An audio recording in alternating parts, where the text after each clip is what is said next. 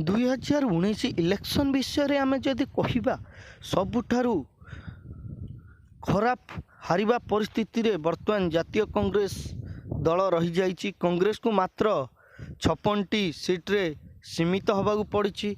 अपरपक्षे आम जदि भारतीय जनता पार्टी कथा कहिबा श्रीजुक्त प्रधानमंत्री नरेंद्र मोदी जहाँ एक ऐतिहासिक रेकर्ड सृष्टि करिसेंती, से 2014 समस्त रेकर्ड काटी पुणी थरे भारतर प्रधानमंत्री हबाकू जाउछंती।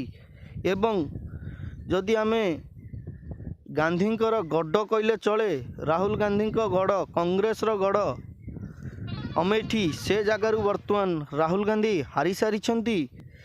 तांको साथिरे पारंपरिक प्रतिद्वंदी स्मृति राणी वर्तमान से आसनरू जीति सारी। आपण माने यह मध्य जानिछंती यूपी बिहार रे करा जाइथिया महागठबंधन को मध्य बीजेपी धूलिसात करने सहित बहुत भल रिजल्ट करिछि। एवं जदि आमे वेस्ट बेंगल कथा कहिबा, वेस्ट बेंगल रे ममता बानार्जी को गढ़रू मध्य बीजेपी 18टी लोकसभा सीट को निजर अख्तियार को आनी सारी।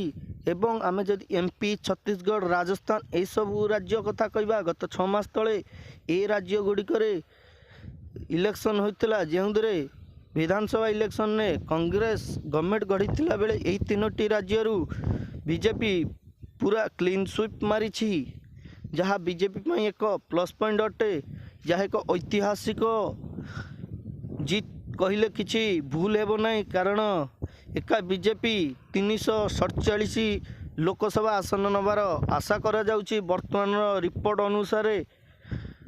जदि आपण मानक यही भिडियोटी भल लगी थाए, भिडियोटी लाइक करिवे एवं अधिक अपडेट जानिया पई आम चैनल टी को सब्सक्राइब करि दियंतु। Thank you.